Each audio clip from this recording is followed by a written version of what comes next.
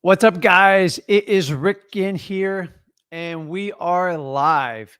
And today we are going to talk all about acquisitions, 100% acquisitions training.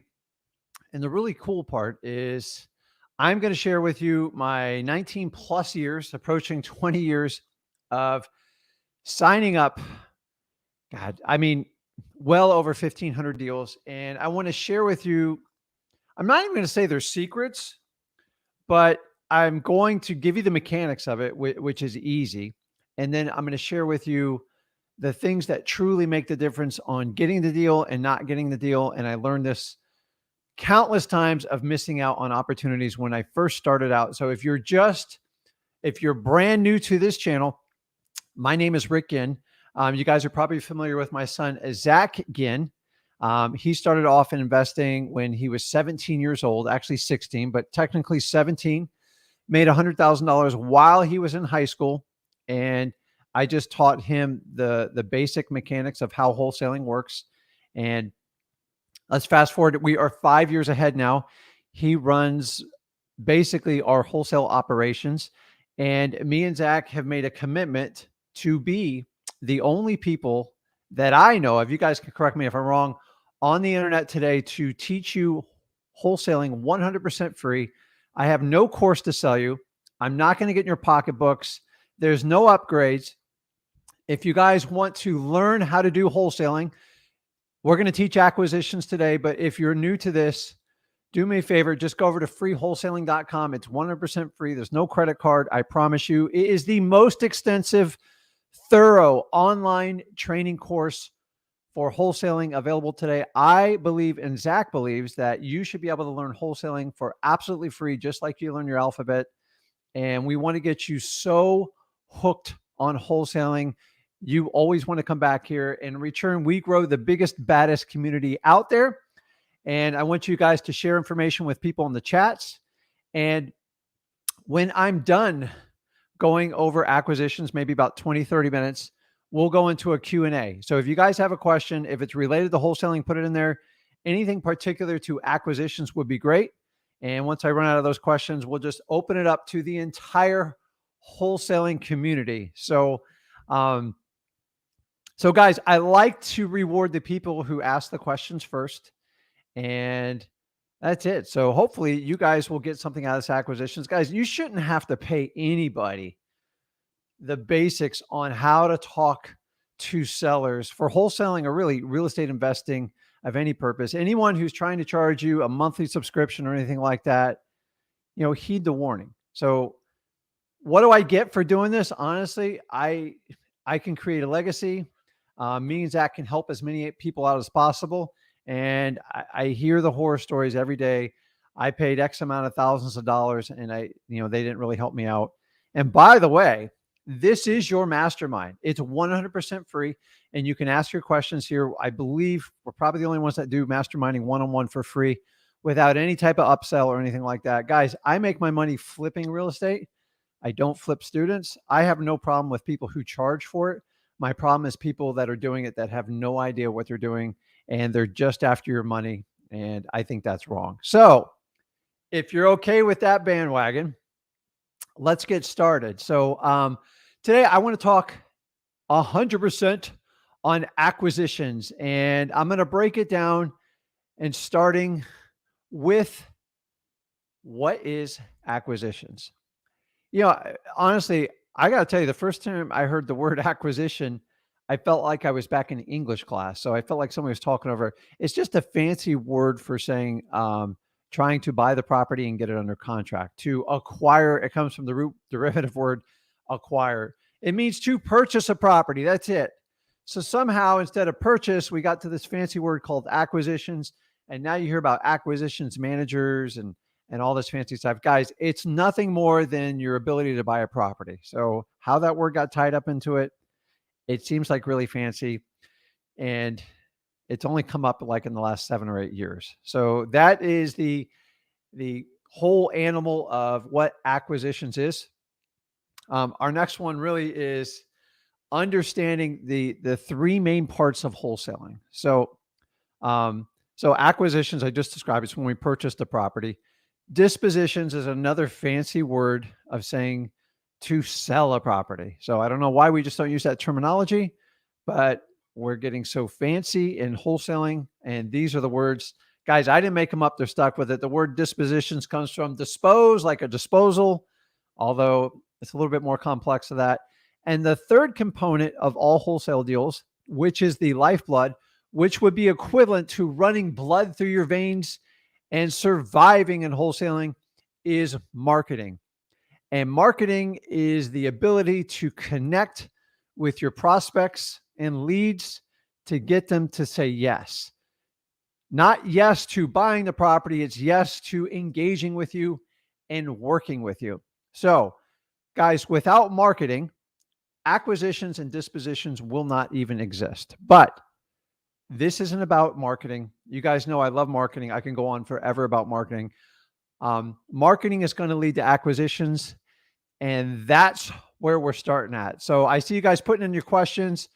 I appreciate everybody jumping on, but you know what? I'm feeling, I know it's Tuesday, but I'm feeling a little bit like kind of like a Monday blues.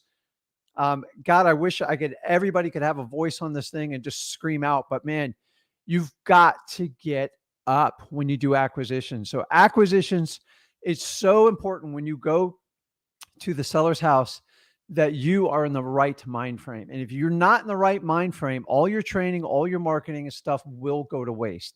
If you don't have this like ridiculous excitement attitude about you, I'm not talking about that fake stuff. You guys know I'm talking about fake salesmen. You know I don't do that. Meaning you have to be your authentic self. And it's really cool because God made us all so unique and so different. Instead of you trying to be the robot that all these gurus are teaching you how to be, I want you to dig in and find your true self. What gets you excited? Are you the person who brings the humor and makes everybody laugh, gets everyone to crack a smile? Are you like super excitement? Do you have one of those ridiculous smiles that sellers just melt in your hands when they say, guys, you know what I'm saying here. You've got to get up before you go in on acquisitions. The number one thing you need to understand before I go through the training is you got to get that mind right and you got to get pumped. This is like the equivalent of walking in to the ring, a boxing match. I don't care, UFC, whatever it is. We're not going to fight with them, but we are going to fight for us. We're going to fight for our family, and we're going to fight for that homeowner to get them the best deal possible. But if you're going to go in and you're all flat and you're boring, guys, pump it up. You know what I'm going to do. Okay. This is the attitude you got to bring on acquisitions because I've done it for 19 years. I taught Zach. I teach everybody on this. Let's jump into it. If you don't have this attitude about wholesaling, you are at the wrong show.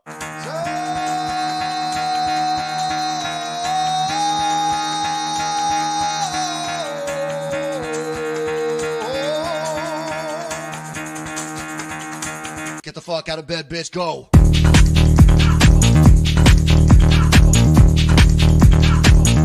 Get up, and get the guy go.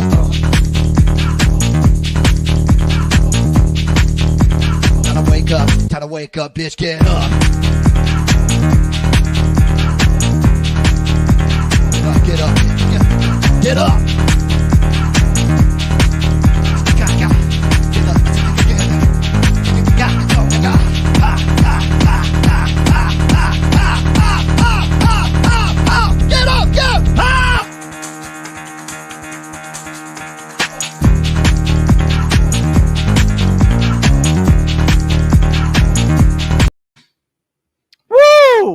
Guys, that's what I'm talking about. And I want to be very clear.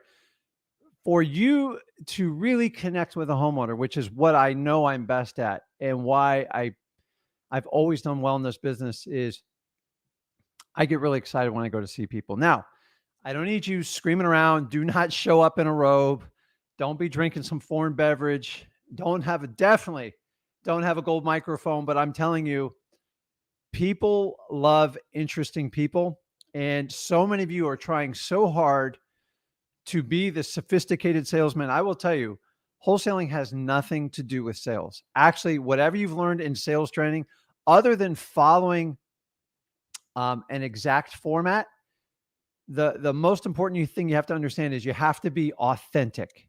If you're not authentic, it's fake. You guys all know what fake people seems like. I can smell a fake salesperson a mile away, and I rarely will do business with them because I know they're out more for them than they are for me. And sellers spot the exact same thing. So if you don't know what your inner strength is, what your high quality is, the thing that makes you unique, and I promise you, God gave everybody a different ability, and it was given to you for a reason. Go ask somebody in your family, your spouse, boyfriend, girlfriend, aunt, uncle, mom, dad, and say, what is it like? What's the most unique thing about me? And do not coach them, and ask them straight up and write it down and go think about it and find a way to pull that out. Now, if you're young on this channel, you're 16, 17, 18, I don't care, early 20s, you go, well, Rick, I don't have the experience to meet with these sellers for acquisitions. I'm going to tell you, I always tell you, you have an upper hand advantage. What you lack in experience, you're going to crush it in enthusiasm and absolute excitement and energy. People love to be around positive people, and you're going to have to bring that to the table. So now, I hope everybody's up for it. Put in your questions. I'm going to go through the trainings on that. So I want you to understand the goal of acquisitions is solely to convert a qualified lead into a contract. That's it. That's all you're doing. You're trying to buy the lead's house. That's it. If you can convert it to a contract, you win in the acquisitions game. End of story. So it's important here. You're reading on the screen here. It says qualified lead. Rick, what is a qualified lead? Well, I'm going to get into it. So you're going to have your lead. Let me put it on the screen for you because I don't want you guys to write down, because you can come back to the video and refer to it anytime. We have a lead. So I was going to put beforehand, but I don't want to mix stuff up. A prospect is the people you have on your list. So if your guys are pulling lists through ListREI or .com or anything like that, is you are going to get a list of leads. So if you guys don't know how to pull leads or do anything of that, I'll put it up here a little bit later in it, because I want to just go solely on the training. But you can go to listrei.com, and that is going to get you your prospects. So a prospect is nothing more than somebody who's on the list. You haven't talked to them. You have no idea. You just have data that will point them in the direction of most likely being a motivated seller. Now, a qualified lead is a lead that's been qualified with some sort of questioning that you already got the answer to. Now, maybe it's you. Maybe you have a leads person. I don't care. I'm going to train today from me calling the seller and talking to them. So what I like to do to turn a lead into a qualifying lead is ask 4 basic principles to qualify them. So to me, I've seen qualifications as long as 9 or 10 items, but in the end, it really only comes down to 4. You know, I know, because I've been doing this 19 years. I'm telling you, these are the 4 questions I want to know from anybody who's in my acquisitions department. I don't care if it's me, if I was doing it, if Zach's doing it, I've got to know these 4 questions. So they're all on the screen. You don't have to write them down. You can refer back to this video anytime you want. So you guys always hear about it. Number 1, and always will be number 1. What is the seller's motivation? So motivation is a loaded question, and it is a word that has often gotten abused. So the sellers already know what you mean when you're asking around about motivation. And so a lot of them put it in their marketing. I even see it on MLS, motivated seller. Like, nobody knows what a motivated seller. A motivated seller is someone who doesn't want to sell a house.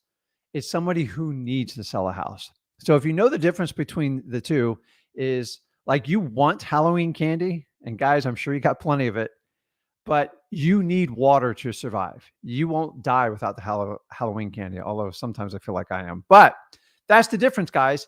If you need it, it's a motivating factor. If it's just a want, then you could take it or leave it. It's like eating a nicely cooked steak dinner versus drinking a glass of water to survive, and you've been out in the hot sun all day. So motivation will always be the number 1 reason why we try to find people, why we want to buy their house. So how do we ask about motivation? Is Now, remember, these are the qualifying question. These are the qualifications for a qualifying lead. These aren't the actual questions. So you have to know their motivation. How do I get to know the motivation? I would like to give you this big fancy script and tell you how to do it, but I'm just going to tell you it doesn't work because it's not authentic and it makes you seem fake, in my opinion. So the best way, in my opinion, is to have a conversation with people. And I'm going to teach you as you go through this. But motivation is everything. And I'm talking about motivation of the seller, not the actual house. Now, what are signs of motivation? If the house is run down, they can't take care of it anymore. They can't pay the mortgage. Maybe they lost their job. Maybe there's been a tragic family event, and maybe it's a divorce, maybe it's death, anything like that. And guys, I hate stuff like that just as much as you do, but we have to help people out in these situations. Maybe they just can't afford the mortgage anymore. Maybe they need to relocate. Maybe they're getting a job transfer. But typically, the best deals we get in the motivation is going to be high. The higher the motivation, the better the deal I'm going to get. Okay. So that's number one. Number two, condition. So, condition, we're talking about the condition of the property. I call this property motivation, but for simplicity, I broke it down and called it condition. Now, you can have the seller be motivated financially, meaning maybe they lost their job, but the condition of the house is in perfect shape. So the more rundown the house is, the better your odds of getting a deal. Like, you don't need me to tell you this. You don't need a guru to tell you this. It's just the truth. So if there's a motivating factor for the individual and there's a condition factor, meaning the property's motivated, if you have those two things, you have a high probability of putting a deal together.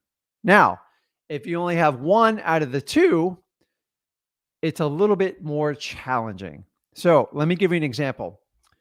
If the seller says, listen, I actually, I don't want this house anymore. It's become a real problem. I can barely just pay the mortgage and the house is like really run down, but I don't really need to sell it right now. But the house is in terrible shape. Like the pool's green. There's water leaking through the roof. There's a blue tarp on it.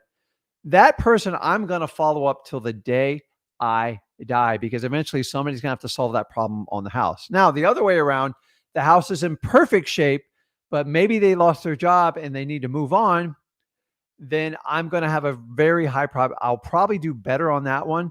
But guys, understand, if the motivation's there, the condition of the property is poor, it's your job to close these deals.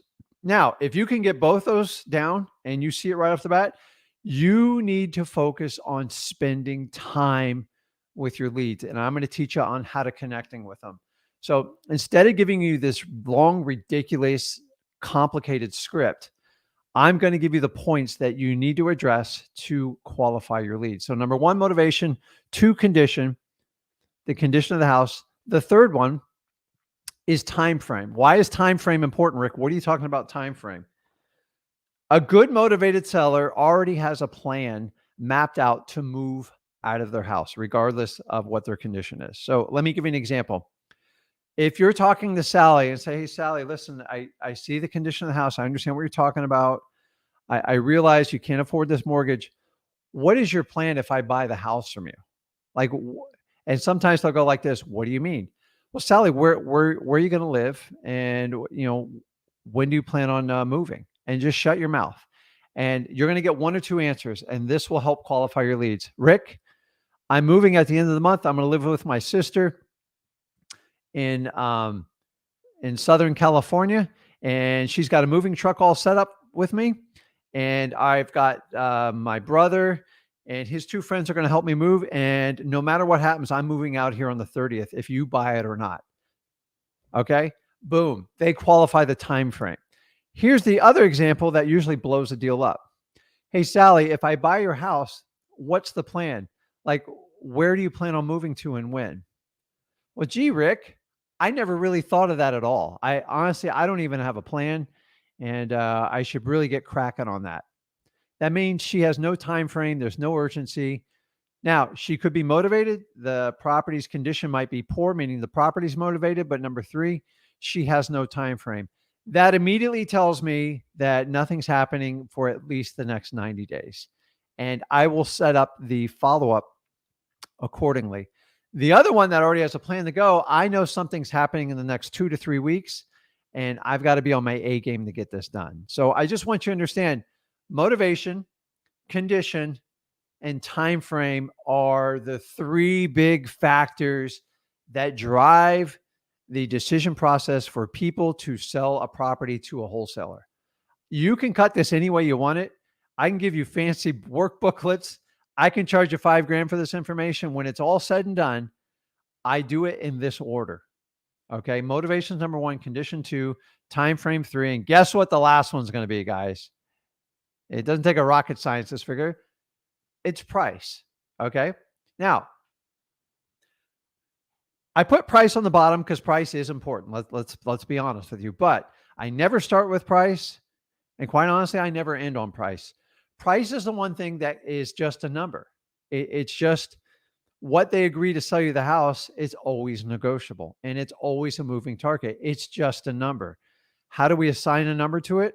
I'm going to show you how we do it.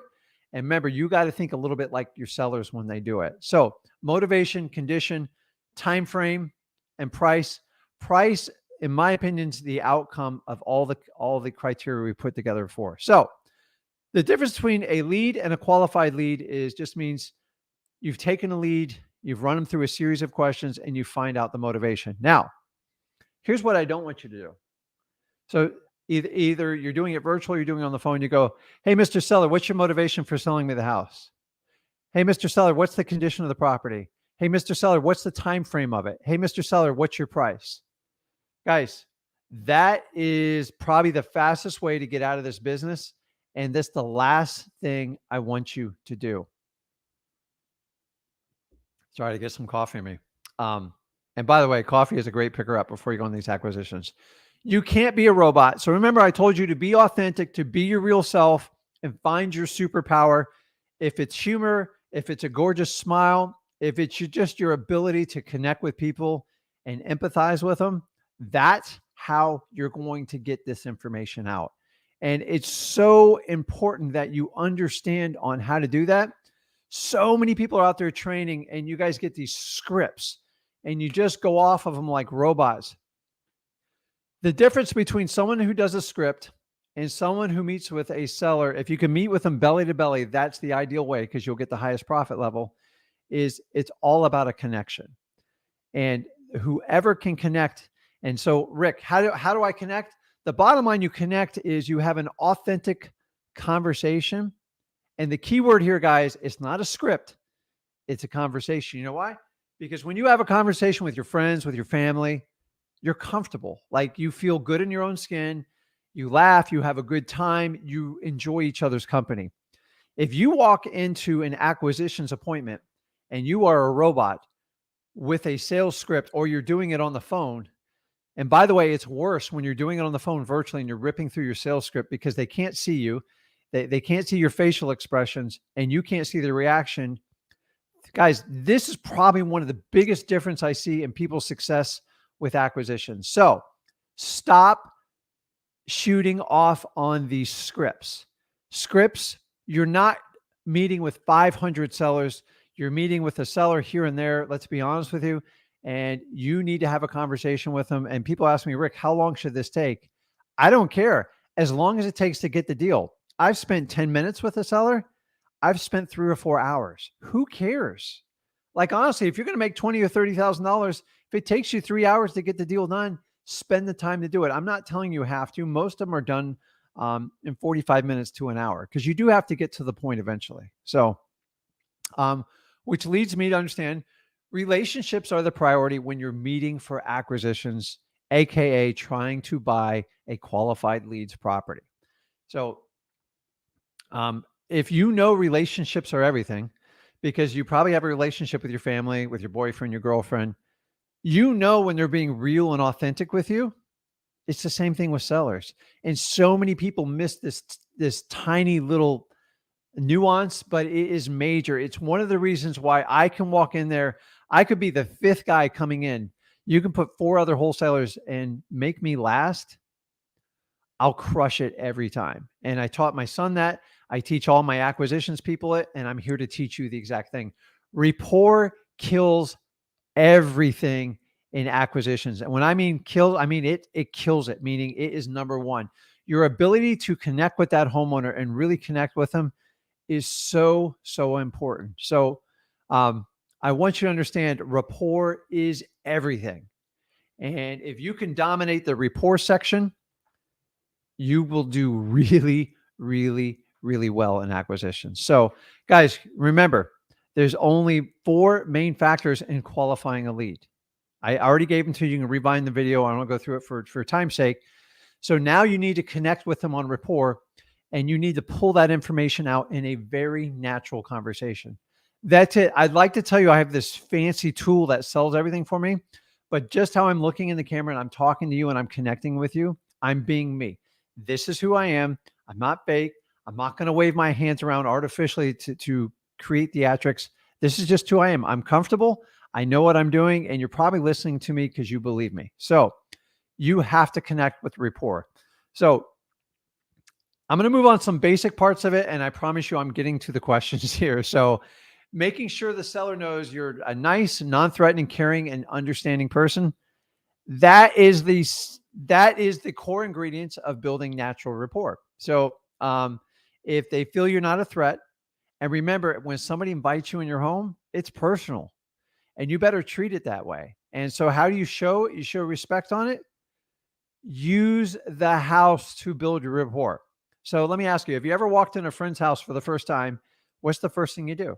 Other than obviously shaking people's hands or, fist bumping, whatever people do now, is you're going to immediately gravitate around the walls and look at all the stuff on the wall. What does every home have? They have pictures of family because everyone's really proud of their family. So it's no difference in my house. You walk in, I got pictures of my kids, I got my wife, I have my parents, and you can see like trophies and artwork and places we've been and vacations. And that's where you have the conversation with them. And in your conversation, you start asking questions. In 5 minutes in anyone's house, I can tell you what they love to do the most, who they love the most, and what's most important to them. And that's all you're doing in rapport building is you're letting them know you're a naturally nice person. You're not going to threaten them. You care for them and you understand what they're going through.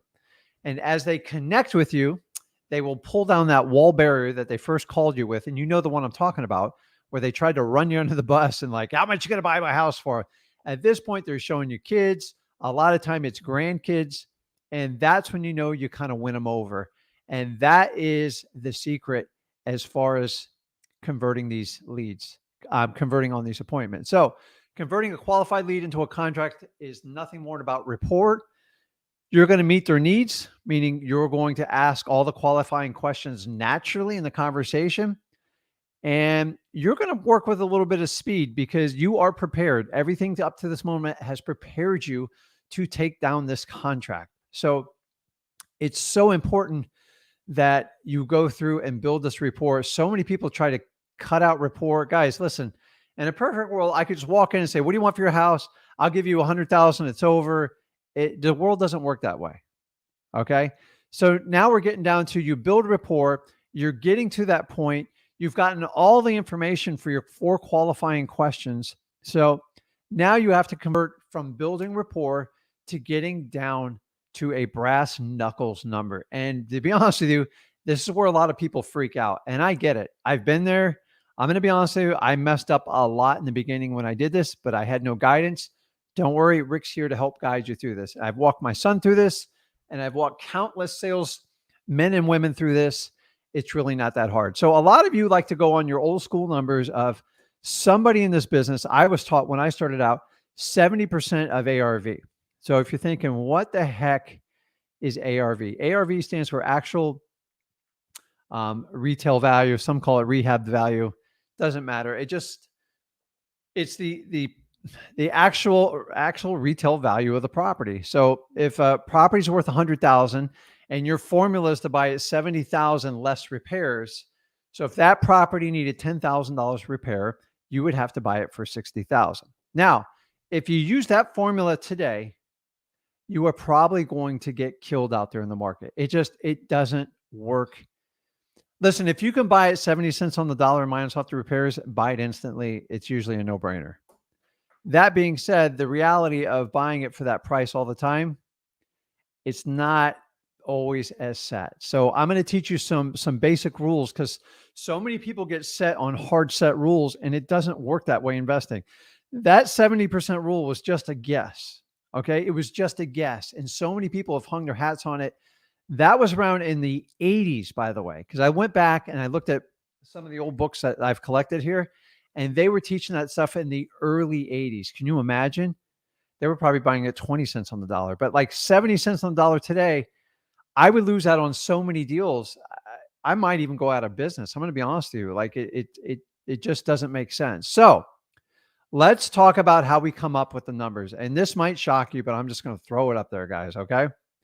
Throw your 70% rule out the window. So you're going to go through the 4 questions to qualify your sellers, and then you're going to figure out what the ARV is. Now, if you haven't looked it up yet, use your PropStream account, listrei.com. You get a 7-day free trial period, and the values are all there, guys. The comps are kind of easy. Every now and then you get an oddball for the most part, but here's the rule of thumb, okay? And this is going to vary. Most cash buyers will pay between 80 and 85% for the properties you buy. That's the going rate. I've done thousands of contracts. I'm just telling you, somewhere between 80, maybe 85, 86 is what they'll pay, give or take, when the market's hot. Take off some when the market's cold. That's what they pay. Now, if you can buy every one of them at 70 cents on the dollar, go for it. But if you know these numbers, all you have to do is reverse the math. So remember, I tell you all the time, when you're talking to sellers and you're asking them questions, if you're asking them questions, you already know the answer to it, then coming to the price is the same thing. Okay. You have to have an ideal price you're going to buy the property when you come in, which hopefully is really, really low. And then you have to have a max one. You go, I just can't go above this because I'm not going to make any money. And sometimes walking away and saying no is your best move. So let's talk about this real quick.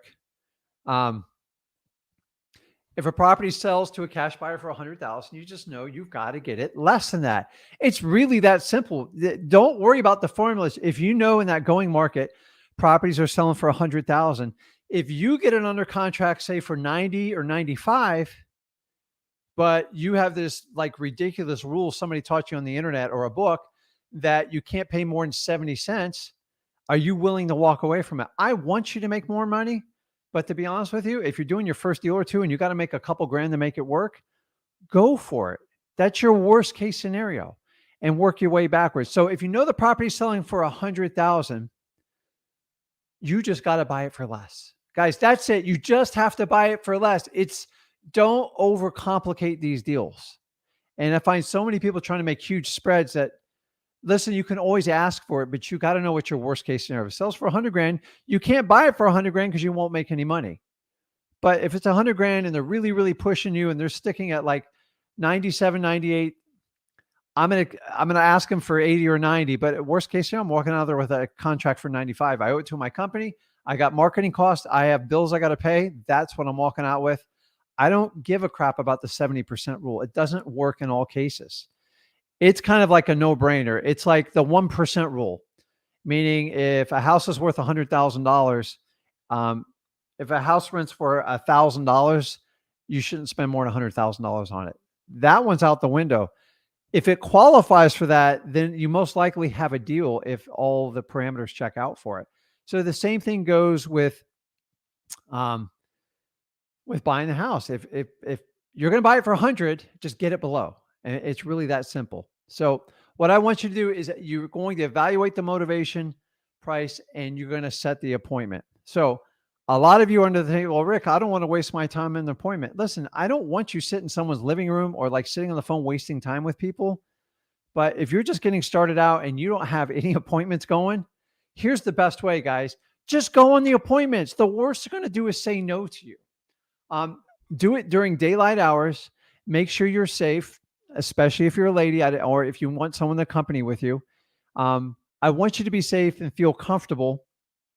And that's the main thing. But the more times you go out there and meet with people, the better chance. And I've already told you, Meeting with people with physically has a drastic effect on your ability to be able to connect with them on Rapport. All my buyers know I'm not going to pay them the most. So why do they sell it to me? Because they feel like I'm authentic and I'm going to get the job done for them. And they're usually in a bind and they need help right now. That's the type of sellers I connect with. The ones that are on a wish list of what they want, I let the realtors sort them out. And then I refer them to realtors, and all the realtors come back like, oh my gosh, they're difficult. So, and I want you to understand, even the ones that have somewhat ridiculous prices and they still have motivation, they're well worth going on the appointment. Now, if they have a ridiculous price, meaning you qualified them on the phone and there's no motivation, I wouldn't go on that appointment until some sort of qualifying factor changes. Okay. Do not waste your time and spend hours with people that really need realtors. So if the property's run down and they have some financial issues, but they give you a ridiculous price, I'd still go. Like, I can't tell you how many. Remember, price is to me is the one thing that's definitely variable. So very rarely are they going to give you your lowest price on the phone. So when you go meet with people and you make that eye contact and you can see what they're doing, it makes a huge difference, guys. I'm telling you all the time. Um, if my sellers are even within like the Zillow's estimate, we go. Like, we just go because we have a shot. Now, if they want, a third higher than the Zillow's estimate or like even higher. And by the way, if you guys can agree with me or not, sellers look up their estimate and that's what they all think it's worth. So good or bad, most times it works against you when you do it. But guys, if the motivation's there and they're giving you a little bit of a high price, I move forward with it, because you would be surprised how many times they come out at the end like, I got to get this thing sold in 3 weeks and I need a contract for it. If I didn't go on those appointments or I didn't send my sales team out there, we would never get deals like that. Remember, they don't know you, and it's awkward to tell you that they're going to give you your bottom line number when you do it. So, okay, let's just run through the rules for the appointment, and then I'm gonna jump into the questions. So, guys, keep putting your oh my God, there's a lot of questions. Okay. So the first thing you want to do is you always want to condition the seller.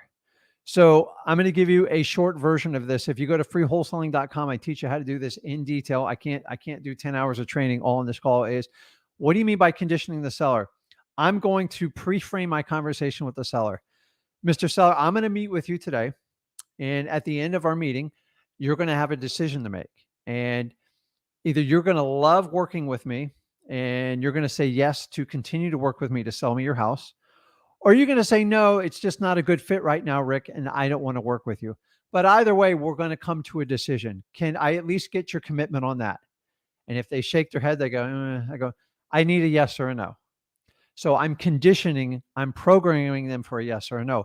And by the way, when sellers tell you no, they save you a ton of time. The maybe, or like we talk about the friend zone, that's the place you do not want to be stuck in. So just by conditioning the seller beforehand and having that conversation before you get into it with them, because it's kind of more of a business setting when you do this and you don't really know them personally yet. And 9 times out of 10, they will go, yes, I agree.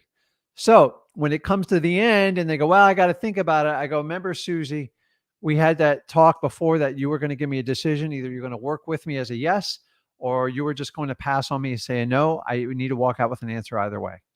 And we have to get the decisions, because if everybody sticks in the maybe, we can't get anywhere. So number one, we're going to condition them. Number two, you're always going to be there at least 10 minutes early. I like to drive around the neighborhood. I'm usually there 20 minutes early, and you'll see them cleaning the house up. And when you start seeing signs of them cleaning the house and doing some things, it will cue you on some of the motivation, or they're working on a section of the house. So you get some intel. We're going to be confident when we show up, even if we haven't done our first deal. I saw some posts on the Facebook group today. They're like, oh, what do I do? I go, just show up confident. How do you be confident? You be enthusiastic. You be yourself, and just treat them with respect and connect with them. And remember, you're there to solve problems. Okay. Now I'm going to teach you that one of the big secrets I learned the hard way is never bring the contract into the property with you. So, well, Rick, what do I do with it? Leave it in your car. So when you bring a pile of paperwork, when you go and talk to them, it distracts your sellers and you make them nervous. They see piles of paperwork. It's intimidating. You scare the heck out of them. And for that reason, you do not want to do it. So if you're coming to an agreement, you're going to write a contract, just ask for permission to go out to the car to grab your briefcase and bring it in. Okay. And then what you want to do is make sure when you're walking around the house, don't be like a typical inspector. Talk to them. You're more interested in their motivation than you are the house. The house, you can get a quick gauge, and you can always come back and take a double look at the house. But very rarely can you sit there and connect with the home seller. That's up to you. So when you're doing your inspections, connect with them. Look at the pictures on the wall. If you're outside, spend time talking to the wife if the husband's been leading you around. These are you guys, you've got to come out of your shells. You can't just be property inspectors. Okay. So we're getting to the end here. Now you got to know when to go for the close. So you've built rapport. You've kind of come up with the numbers, and anything before this, I teach you guys, is you can do what we call a trial close. You know what a trial close is in simplicity form? It means you shoot a shot over the bow and it misses. So let me give an example. Hey, Mr. Seller, let me ask you, I got like $100,000 in the bank. Is that something you would be even interested in, or am I way off base? And they're going to say, well, we might be able to work with that. Now I'm going in for the final close. Or, Rick, you are absolutely nuts. I would be insulted to even take. I go, listen, I agree with you. And then I'm going to go back and keep qualifying more questions. Remember, when people say no, it typically means they just don't have enough information from you. So, so there's a trial close. I'm not going to detailed trial close because that's a 2-hour presentation. Go to freewholesaling.com. I teach you everything in there. So the next one is, you guys always hear this thing is, I don't want to give out the price first. I mean, that's kind of a written rule, because if you don't give out the price, you're not stuck with it. So I always teach you this: go for no, which is basically a low ball. So, Mr. Seller, I've looked at everything in the house. I see the amount of work it does. I say the house is worth $200,000. Say, Mr. Seller, with the repairs and everything, I might be able to do like $120,000. And just shut up and see what they say. Now, I want to offer $150,000. That's what I would have normally done.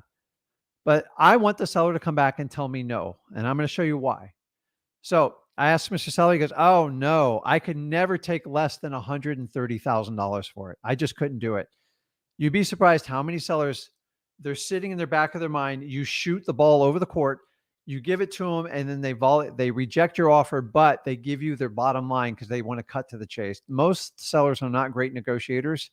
It's just the truth. Now, if I offered $150,000, I probably would have rounded up at like $155,000, but I shot it by like 30 grand. And so by getting that initial no, I got the best deal possible. And I want you guys to understand it. Go for no when you make your first offer. If you're offering $100 grand, take 25 to 30% off of it and offer it. The worst they're going to do is say no to you, and you can come back around and recircle it. If you're not comfortable with it, let me teach you a couple phrases here. Gee, Mr. Seller, I don't know. What if I just offered you, say, like 70 grand? By doing that with your facial features and stuff like that, I got to attribute to Peter Conte. He taught me a long time ago, is you're taking that uncomfortable, awkward feeling on your seller and you're putting on yourself, and you're preconditioning to make them feel bad for you. Don't ask me how, but dang, it works. And I am my authentic self when I do it, because I do feel awkward when I do it. So guys, refer back to this video. There's a lot of terminology. I'm getting the questions right now.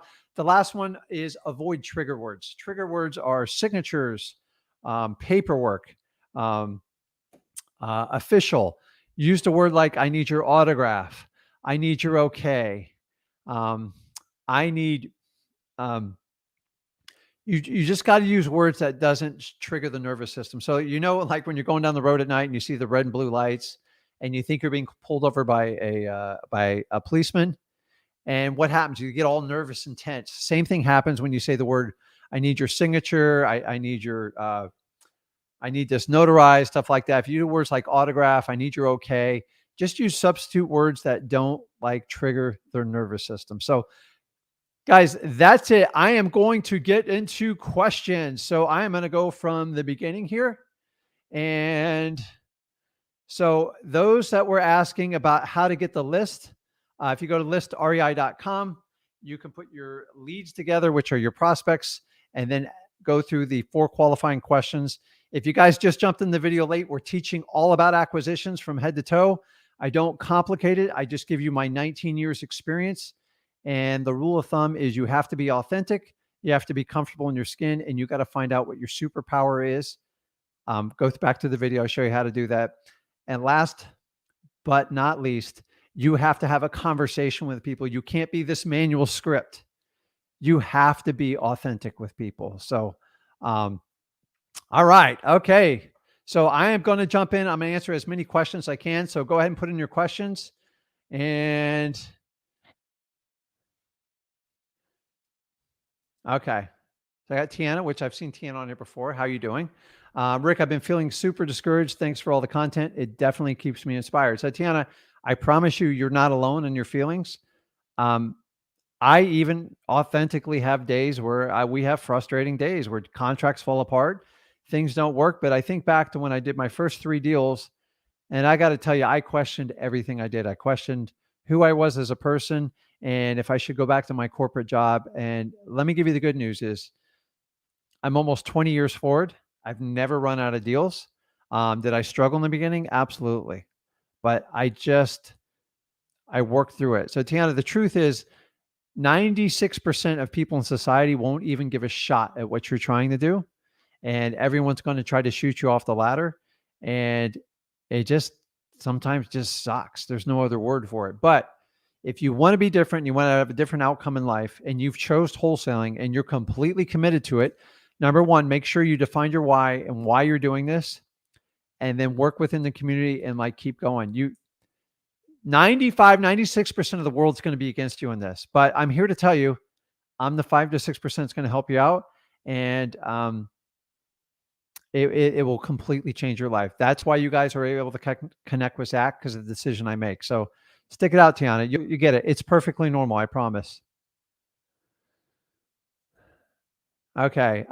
Rick, how do you keep your list organized? Like who you already called? How do you know? So to be honest with you, Zach handles the cold calling side. I don't touch that because honestly, I'm not a good cold caller and I know what my strengths are. So me and Zach are a team within my business. So I handle everything on direct mail, realtor related, and SEO searches. And Zach does everything with cold calling and SMS. So I promise you, he's the best person to answer. But you'd be surprised. You don't have to overcomplicate this stuff. For the record, we don't do any list stacking. We don't need to. We have small markets.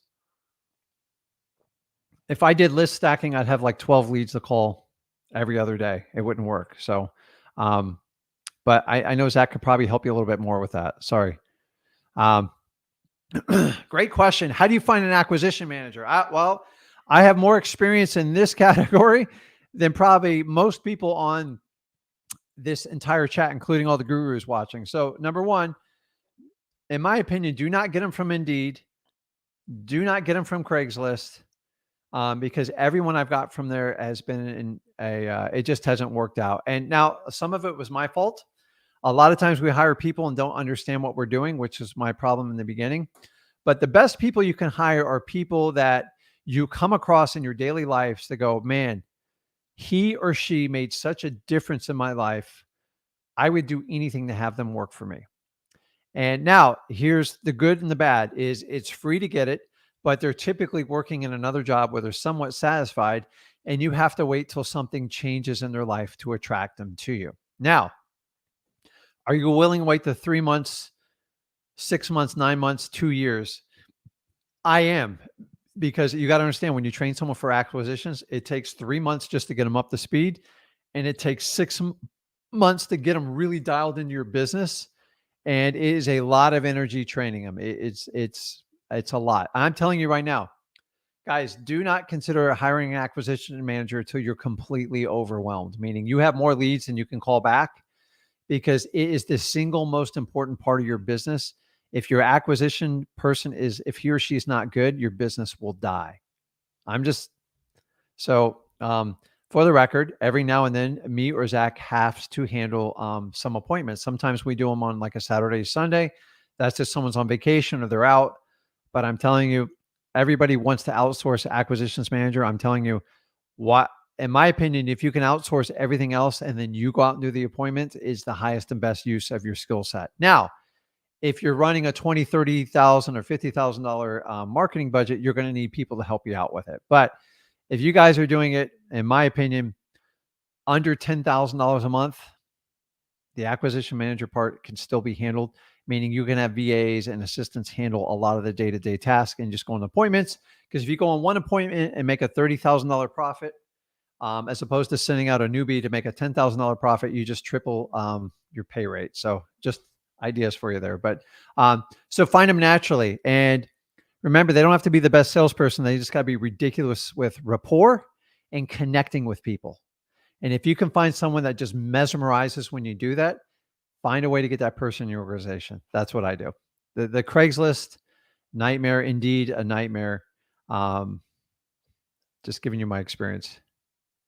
Thank you for allowing us to receive free information. I have 2 young children. This information is wonderful. I'm trying hard to land my first deal. So keep it up. You're on the right track record. So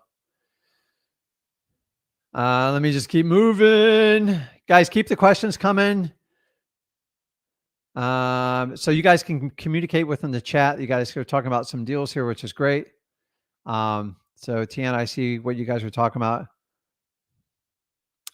Willie asks, hey, can you let me know how to go about getting the county clerk for probates and tax delinquencies? Hey, Willie, go back on my YouTube channel. Actually, last Friday, I did an entire dedication on probates and I answered this specifically, but honestly, just go them and kill them with kindness. So tax delinquencies are separate from probates.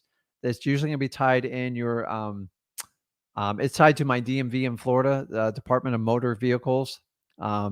And probates are going to be over at the courthouse. So start out by making some phone calls and just kill people with kindness. And they usually help you out. So you went earlier. So Willie, if you went earlier today and they didn't give them to me, guess what? That's the norm.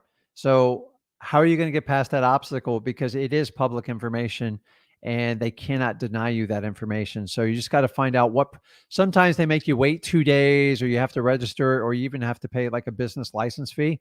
Find out how you can get access to the information and make sure they know you are not going to go away. I think somebody else you can buy. So Jerry says here, do not lock it up before figuring out what you can do with it or finding someone to buy it from you. So I agree, guys. You got to have a game plan before you go out and tie up people's houses on their property. And I've always told you, if you're new to this and you want to get into wholesaling, do it right. So in the eyes of the law, you have to have the intent to buy the house. You can't just go around and contract every property and sell it on an assignment. You have to have the intention to buy it. Well, Rick, I don't have the money and stuff. Like, hey, welcome to the club.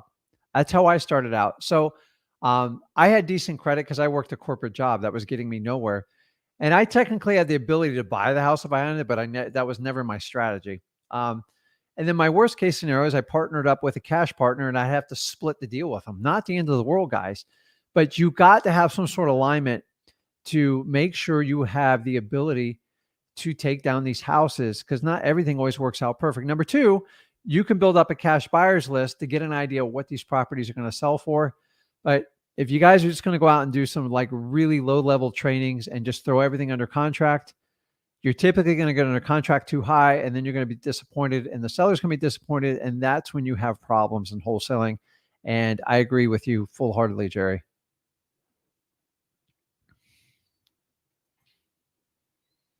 Nicholas, she's doing 500 postcards to send to code violations tonight. So that's awesome. And let me see here. Where did I put it? If you want to learn on how to really dominate in direct mail, I specialize in postcards. Go to mailingmastery.com and show you everything from A to Z on how to get started. So take a look at that just before, if you haven't bought those cards. And I even share all the vendors and everybody we use, and we get you the best discount possible. So that's awesome. She's taking action. I love it. So Tiana's busy here.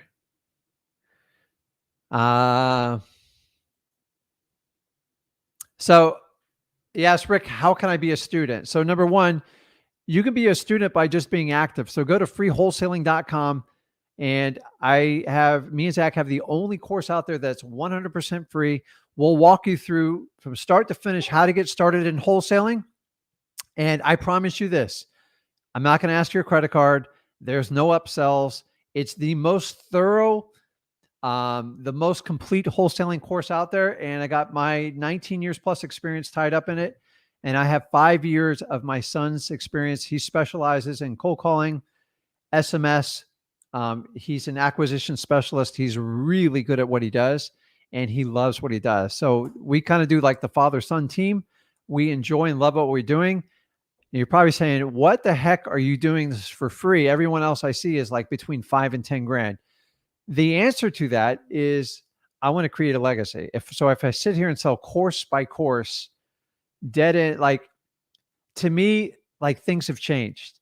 So you guys talk about all these new fancy types of, currencies coming out in the world, electronic and all the training and stuff. Listen, there's no more secrets in wholesaling. They're over. So why am I going to a secret is just the ability to sell you something. So we want to change the game in wholesaling. And how we do that is we just give you 100%. We give you everything we have, everything we do. We want you to duplicate our success. And in return, we grow the largest community out there. The only one that doesn't charge, because I make my money flipping real estate deals. And I know I will be paid back tenfold with what I'm able to grow with a community like you guys. And why should you let money stand in the way and figure out wholesaling? Do you really think 5 or 10 grand is going to make a difference in your life? I've been doing this almost 20 years. So here's my suggestion to you. If you want to be a student, go through the Flip with Rick YouTube channel, go to freewholesaling.com, register. It's absolutely free. I promise you there's no upgrades. And by me doing that, it gives me the ability to always give you the truth, because I'm not going to spin you, because I'm not selling you anything. So that's the beauty of what I do. Me and Zach are the only people that can do that on the internet right now. And so why do I do that? Because I make plenty of money when I do it. I don't need the coaching money. Honestly, it'd be nice to have it, but it's not a requirement for me. I know I'll come up with something that will have a much greater impact on it than selling course by course, because the reality of all courses is it's just a funnel that keeps selling you, and it never, ever stops. You know why? Because I bought every course out there, and I can't tell you how many times I've been disappointed. And most of the information out there is just recycled stuff. So I have the number one downloaded course in America, because I already know it. I've checked the stats on it. I have more gurus that download my course, so I'm fine with it. So I want everyone to get the information out. The question is, do you want to pay for it through someone's guru's course, or do you just want to get it direct from the source for free? I know what I would choose. Completely up to you. So go ahead over to freewholesaling.com. Let me put it up to you here. And it's really that simple, guys. So if you guys are new to the channel, my name's Rick Ginn with Flip with Rick. My son, Zach, we run a wholesaling business here in South Florida, and we've been doing this 19 years plus. I taught my 17-year-old son how to make $100,000 while he was in high school, and there's no reason you guys can't do the exact same thing. So we are 100% authentic and real, and since I don't take any money from you guys, you know you're getting the truth. So I appreciate it, Orlando. Thank you. So Olivia says, good stuff. Guys, as long as I get questions, I'll keep going here. Jose, just go to freewholesaling.com. This one's on me. Whatever you're going to spend towards mentorship, you can put towards marketing. By the way, the number one problem with mentorships is there's a lot of quality programs out there, but when you get there and you give them your last 5 or 7,000, I've seen them as high as $10,000, is you don't have any money for marketing. So then what are you going to do? Well, it'd be great if you could use that $5,000 towards marketing. So since I'm free, just take that money and put it towards marketing, and you and me will have more success stories than all the other gurus put together. Guys, one of the biggest problems, you spend $5,000 on a coach, and then he or she tells you got to go out and do marketing, and you say, I don't have any more money. Well, why'd they take your money in the first place? That's the question. And why do they have salespeople calling you back nonstop? You know why? It's because they're flipping you instead of properties, or maybe they're doing both. I mean, some do both. Don't get me wrong.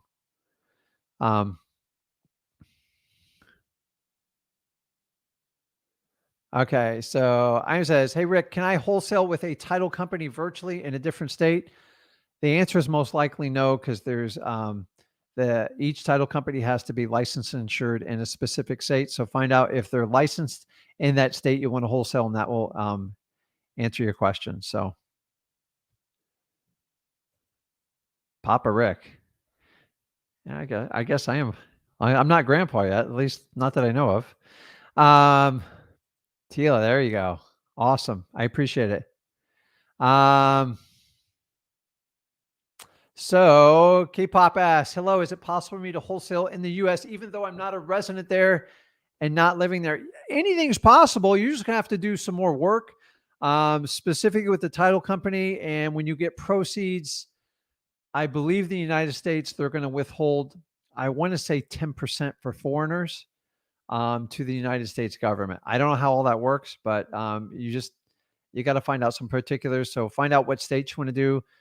Find a title friendly investor company, and you're just gonna have to ask a lot of questions. Good questions. Thomas asks, "Do you have to have an LLC or a business entity before starting wholesaling?" Absolutely not. You don't. And guys, I'm going to tell you, logos, LLCs, all this other stuff, logos aren't important at all. You can use your own name to buy anything.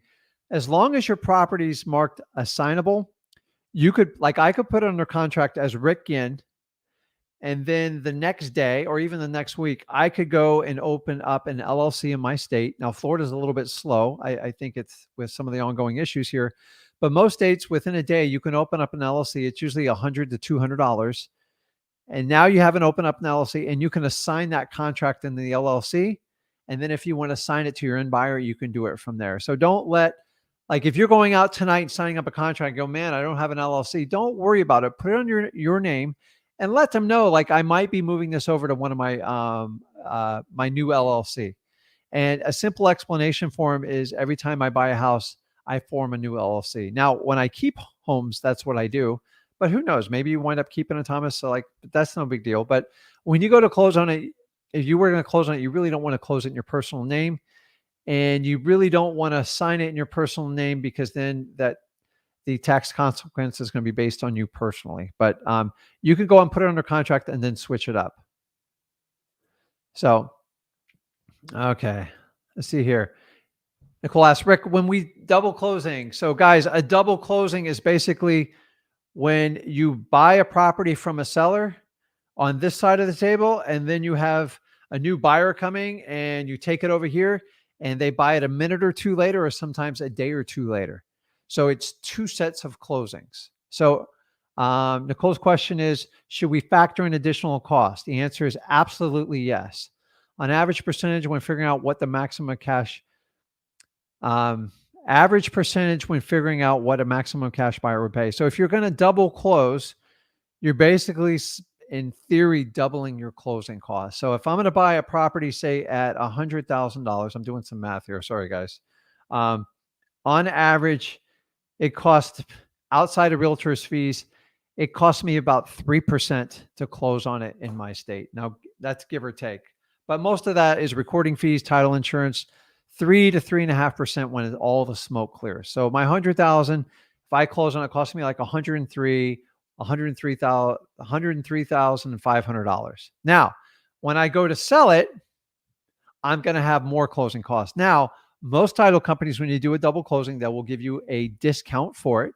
You get a 50% reduction on your title insurance. They have to give it to you by law. Ask for it nicely. So that'll cut that down. Also, they will discount their fees, because really, what are they insuring? 2 minutes of your time? It's ridiculous. So usually when you do on the other side, it's anywhere from 1.5% to 2%.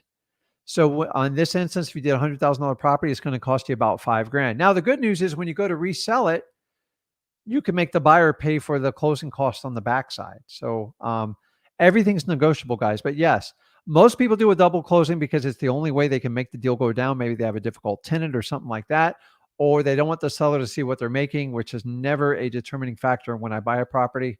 So I would figure 4 to 5% extra is what a double closing is going to cost you. And I always ask for the buyer to pick up the second cost of the closing cost, which keep in mind are at a discounted fee. So sometimes it's really not that much more of a cost. So hope that makes sense. Okay. My question about, I have a man waiting to sell quickly. He will not send me any photos and he wants me to come to him. And he's very adamant about me coming to the appointment. He will not video chat with me or anything. He's in a dangerous part of town. So here's what I would do. I don't know. It doesn't matter if you're a male or a female. I assume maybe you're a female.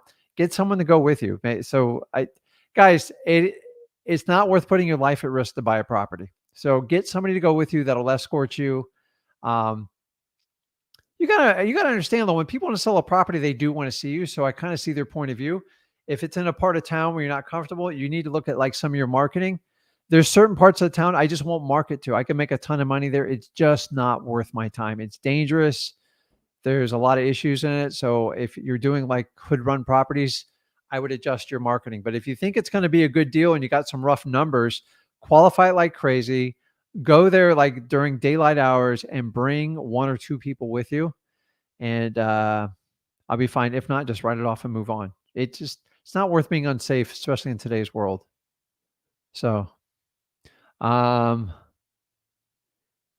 says, love the shirt. I can't get over this, Lacoste. Like, you ever seen the new collar shirt? They're like giant, alligator. I'm back to the old days when they were much smaller. So, Steve says, great information.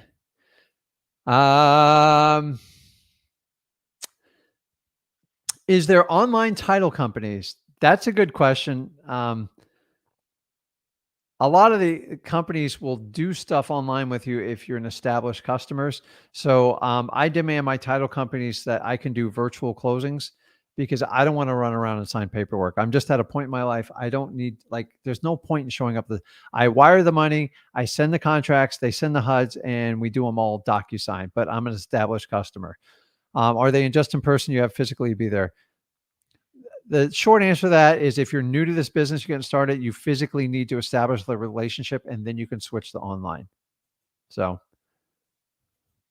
okay. Hey, Raquel, welcome. Welcome to the Flip with Rick channel. It says, I'm new at this. Congratulations. Everybody starts at some point. Do you present yourself as a wholesaler? No, we don't use the word wholesaler because it's very confusing. And to be honest with you, we somehow our industries run the word wholesaler in it. So the word wholesaler you're going to replace with you're just a cash buyer. I'm just a buyer looking to buy your house. Wholesaler is going to give you a negative terminology, and maybe they don't understand it, but maybe they ask their friend, like, you don't want a wholesaler buy, they're just going to beat you down the price. The second part of the question, are you honest with them and tell them that you're finding a buyer for them? If not, how, if you're only a one-man operation, can you refer to your partner or your boss? So I've literally been in your shoes on this. So I'm going to give you a couple tips here. So number one, I'm just honest with people. Okay. I'm a cash buyer for the property. I'm looking to buy some properties in the area. Rick, what do you do with the properties? That's a very good question. I'm glad you asked that. Now, the reason I repeat the question back, if you're new and you're nervous, it takes time to come up with an answer. So I'm giving you a little cheat sheet. If you ask the question back, it clarifies the question and gives you time to come up with an answer. You should already have this practice out before you go there. It just depends on how much we buy the house for and how much work the house needs. If we wind up keeping the house, or I sell to one of my contractors, or I bring in one of my buyers into the property. So I buy the property as is, and then you just go back and you report. Most of the time when you just kind of brush over it like that, they don't make, like, the biggest fear, Raquel, is you think you're going to be called to the table on it. I'm just telling you, you're not. So I don't want you to lie to anybody. I've always told you guys to be authentic and be yourself. So just listen, I work with a group of buyers. Some are contractors. Some of them we keep as rentals, or occasionally I keep for itself. It just depends on how much I have to pay for it and how much I have to put in the house, which is true. If there's a massive amount of rehab on the house, you're going to have to bring in a contractor, which opens the door up for you. Or you can bring in one of your partners as a cash buyer. That's where you have to work on your cash buyers list. But guys, listen, the bottom line is they know what you're doing. You're an investor, you're buying a property, and you're there to make a profit. And if anyone says, if you make a profit, I don't want to deal with you, just move on. It's not going to work. They're going to find out anyways. But the reality is, if you're scoping out the 4 qualifying questions for motivation, is they need you to solve a problem. Like, that's it. Like, they're not in, if they're into all this other stuff, they're probably not going to be your seller. They're not motivated enough, and you move on, and that's fine with it, Raquel, because you don't know what you're going to do at the end. All I know is you got to get a good price on it so you can move that property. If you don't get a good price on it and you put it under contract, that's when the real stress starts in this business. So hopefully that helps you out with it. Go to the freewholesaling.com. I go through it in detail for you, Raquel, and that should help you with it. So let me get this thing off of here. So, okay. I lost it. Somebody asked me about my ROI on, oh my God, there's a lot of questions. Okay. So what marketing channel has given you the best ROI? So I'll give full disclosure what channel works really well for me. But guys, I've been doing this 19 years plus. And I'll tell you what, in my opinion, is the best way if you're just starting out now. So I do a combination of all marketing channels: SMS, cold calling. I do a lot of direct mail. People are like, oh my God, you spent a lot of money on direct mail. Yeah, but my average profit level on direct mail is $32,000. We do 2 to 4 a month. Guys, I don't even spend a ton of money on direct mail. I just make it work. You know why? Because I know how to take deals down, and I taught you today exactly how to do it step by step. I build massive amounts of rapport with people, and it works really well. If I'm just starting out and I'm on a lower budget, I love SMS. It's getting a little bit more watered down. And I love any type of cold calling. So if you wanted to jump on and do SMS, go to smszach.com. I think they got like 500 free texts, so you can check it out to see how it works, and have at it. But guys, I'm not telling you have to jump into direct mail to do what I do, but I started out doing direct mail, and here's the thing: is I've never stopped, so it's worked really, really well for you. So thank you very much. Someone else answer that last file. No problem. Okay. Let's see here, guys. I'm going to get the questions in, and I'm going to take the last few questions coming in, although they're coming in. When doing virtual flipping, does a title company need to happen with a title company in the same city? Yes, most likely. Definitely the same state. So, okay. Are you making offers to every yes that comes across, and how are you doing it? So, I'm not sure what yes means, but I assume we've gone through anyone that goes through the 4 qualifications of a lead. And I always talk to it verbally, and then I write a contract on the spot. Verbal has to be followed up with an actual document. Otherwise, it's a waste of time, in my opinion. So,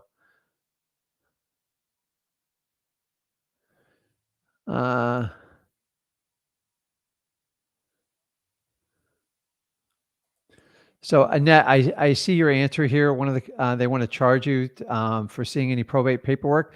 I don't know how much money it is. One of the counties I do, I have to pay $200 a year, but it's well worth it because I can pull it up a line. A probate's going to have all that information on it. But another quick way, if you guys want to get around that, which I use in all my virtual markets, I show you here. If you go to listrei.com and you get an account with them, you get 10,000 leads a month with it, and do the pre-probate option. That will tickle anyone that has a death certificate and has some sort of property. And that will give you, it's going to give you a much more robust file. Guys, keep in mind, 50% of the people that die with property don't actually have to go through probate. Isn't that crazy?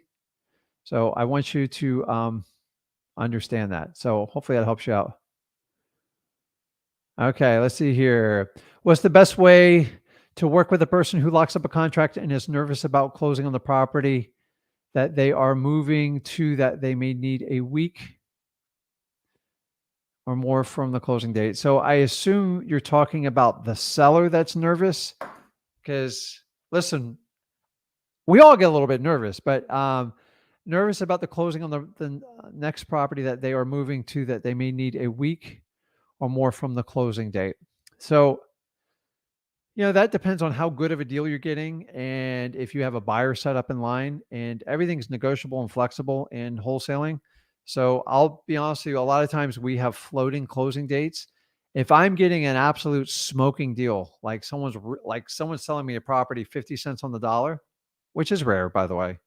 Anybody tells you they buy all properties 50 cents on dollars, just selling you a course. And we got to keep flexing with the date. Like we have 2 right now.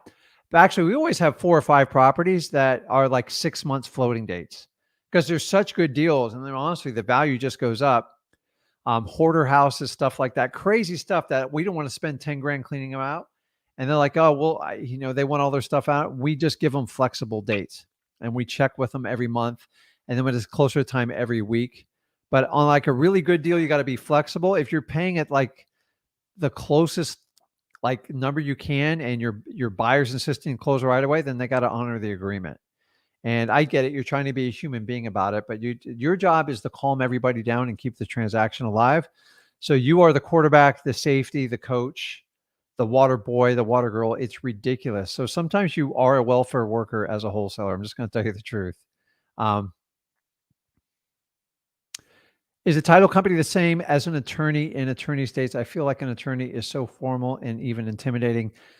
So in the state of Florida, we don't need an attorney to close, but I know in states, I know New York requires one. I want to say California.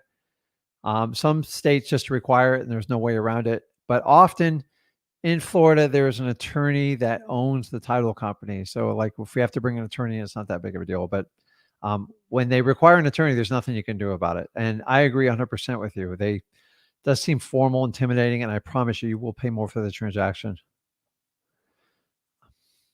What's your script for an incoming call from a mailer?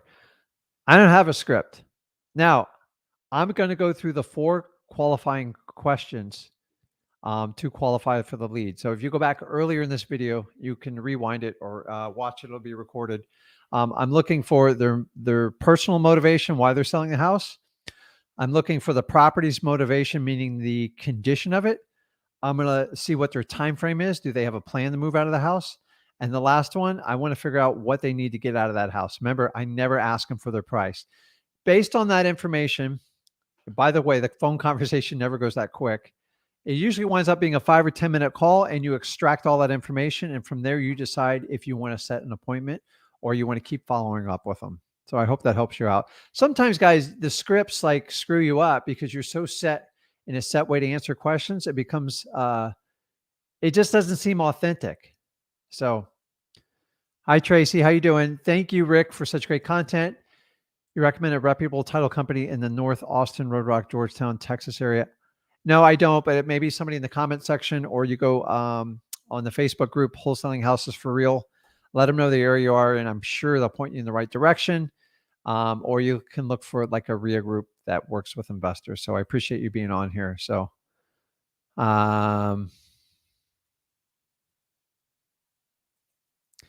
Dango says, do you mind asking me what your monthly ad says? Guys, if I tell you, it's not going to help you at all.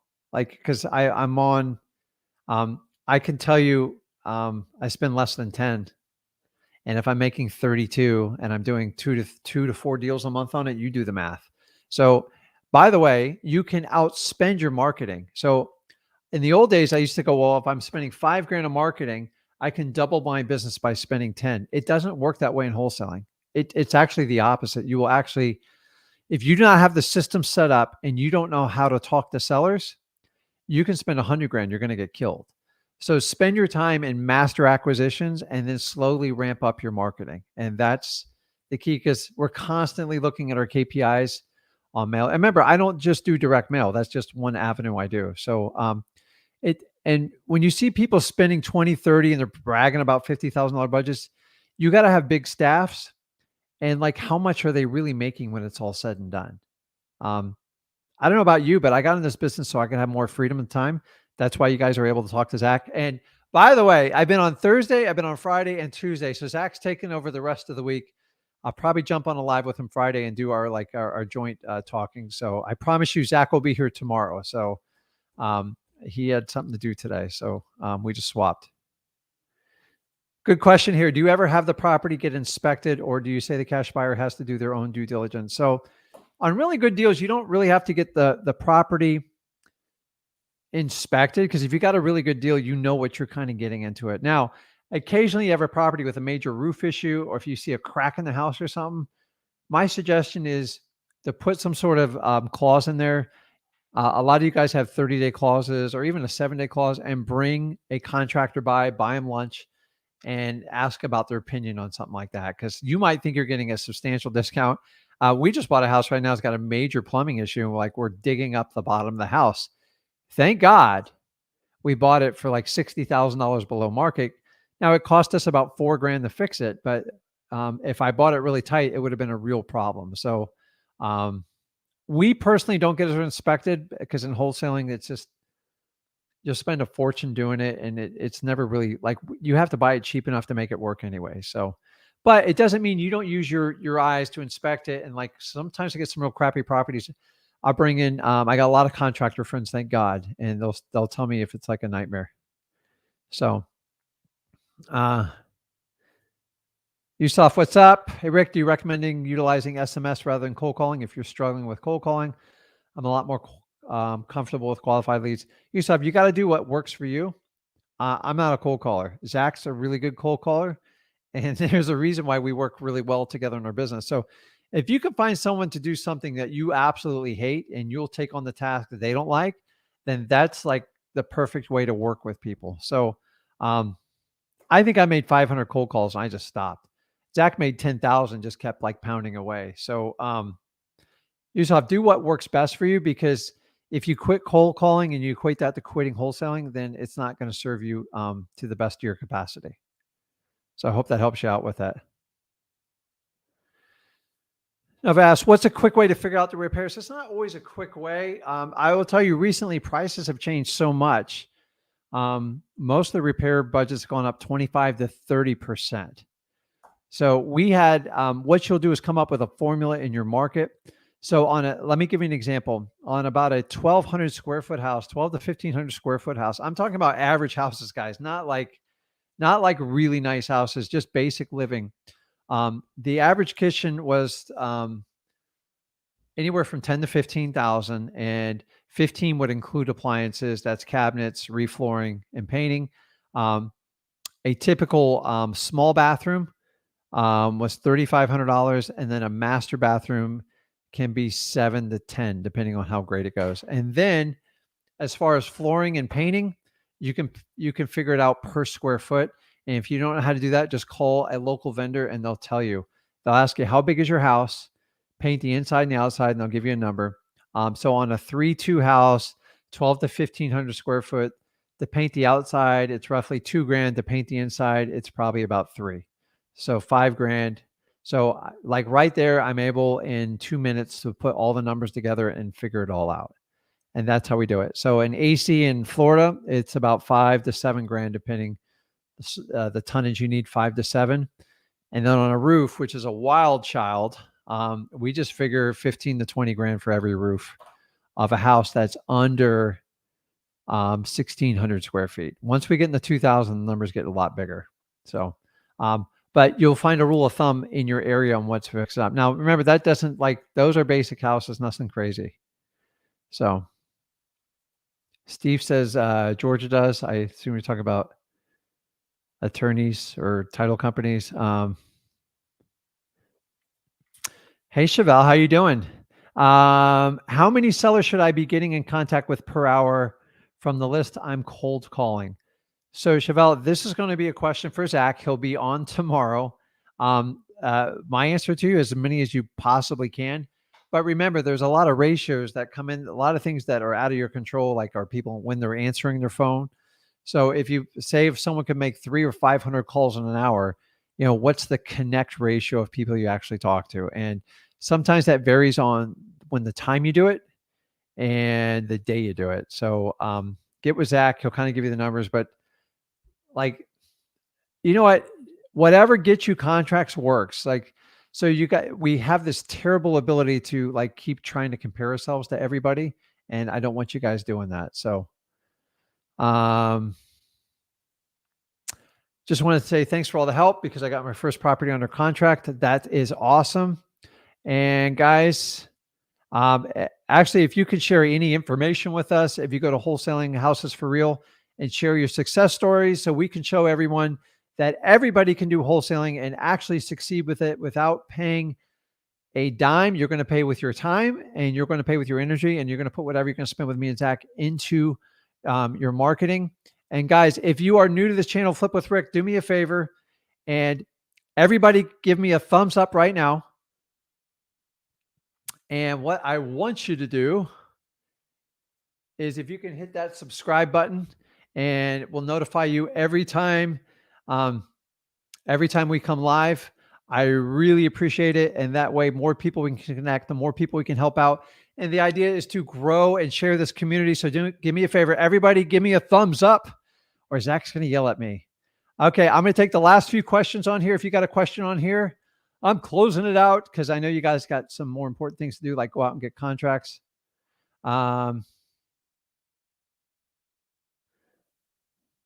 Let's see.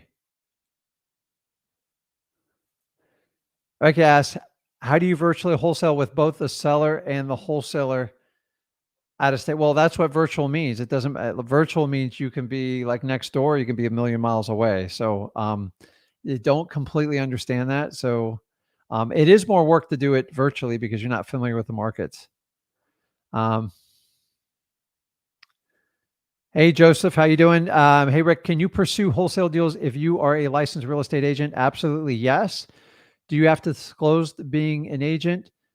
Technically, yes, and on your marketing materials. It's not the end of the world, Joseph. Actually, some people appreciate it. Some people you'll freak out. You just got to take the good with the bad. So I got plenty of friends that do this that are licensed agents. Just cover yourself on your marketing and just let them know you are a licensed agent, but I would spin it as a positive and not a negative. Now, the only time you have a problem is when they don't like realtors, and it comes a little more challenging. So Chevelle says, congratulations. She's giving the love for his first contract. I appreciate it, Jose. If everybody could give me a thumbs up, I appreciate it. Oh, look at these thumbs I'm getting. That's awesome. What's up, Sue? Now I talked to Sue. So I know Sue's in Tampa. My probate list only shows the descendant's beneficiary, trustee, and the petitioner. Which one would be most likely to be the PR? Most likely it is going to be the petitioner. 9 times out of 10, that is the PR. But I could be, I'm just telling you from my experience. So the petitioner is usually the responsible party that hires the lawyer to file the petition to become the PR. So I appreciate it, Chevelle. Thank you. Yes, Zach did make one on virtual wholesaling, and you can go back and refer that. Hey, Rick, what I do when the courts tell me they don't do probate lists anymore? Well, last I checked, they're required by law to do probate. So, so if you want, you go to listrei.com and use the what is it? Use the pre-probate, and that one works really well. You go to listrei.com and it's on that for you. For those of you that are brand new to this and you want to learn how to do wholesaling and you don't want to pay a dime, I'm with you. I got you covered at freewholesaling.com. Just check that out there. So I got, okay, Sue, I hope you're doing great. I hope you had a good not Thanksgiving, a good October with the Halloween. What am I thinking? So, guys, that's it. I'm going to wrap it up. I've gone an hour and a half here. I appreciate all your time. Guys, go back and refer to this video. Do not complicate acquisitions. It's really simple. I find most people complicate it. It's about connecting with people, being yourself, amplifying your superpower, and showing people you care for them and taking the deal down for the absolute best price. So, guys, Zach will be on tomorrow. I'm going to be back on Friday with Zach. We got some exciting training. Guys, you don't have to pay all these fees and stuff. Come and get the information from people that actually do this business, doesn't have a coaching business, and truly has your best interest at heart. Guys, this is Rick Ginn with Flip with Rick, and I'll see you Friday. Zach will be on tomorrow, Wednesday, and Thursday, and we'll both be on together Friday. Have a super blessed day, and I wish you guys the best. I'll see you soon. Thanks.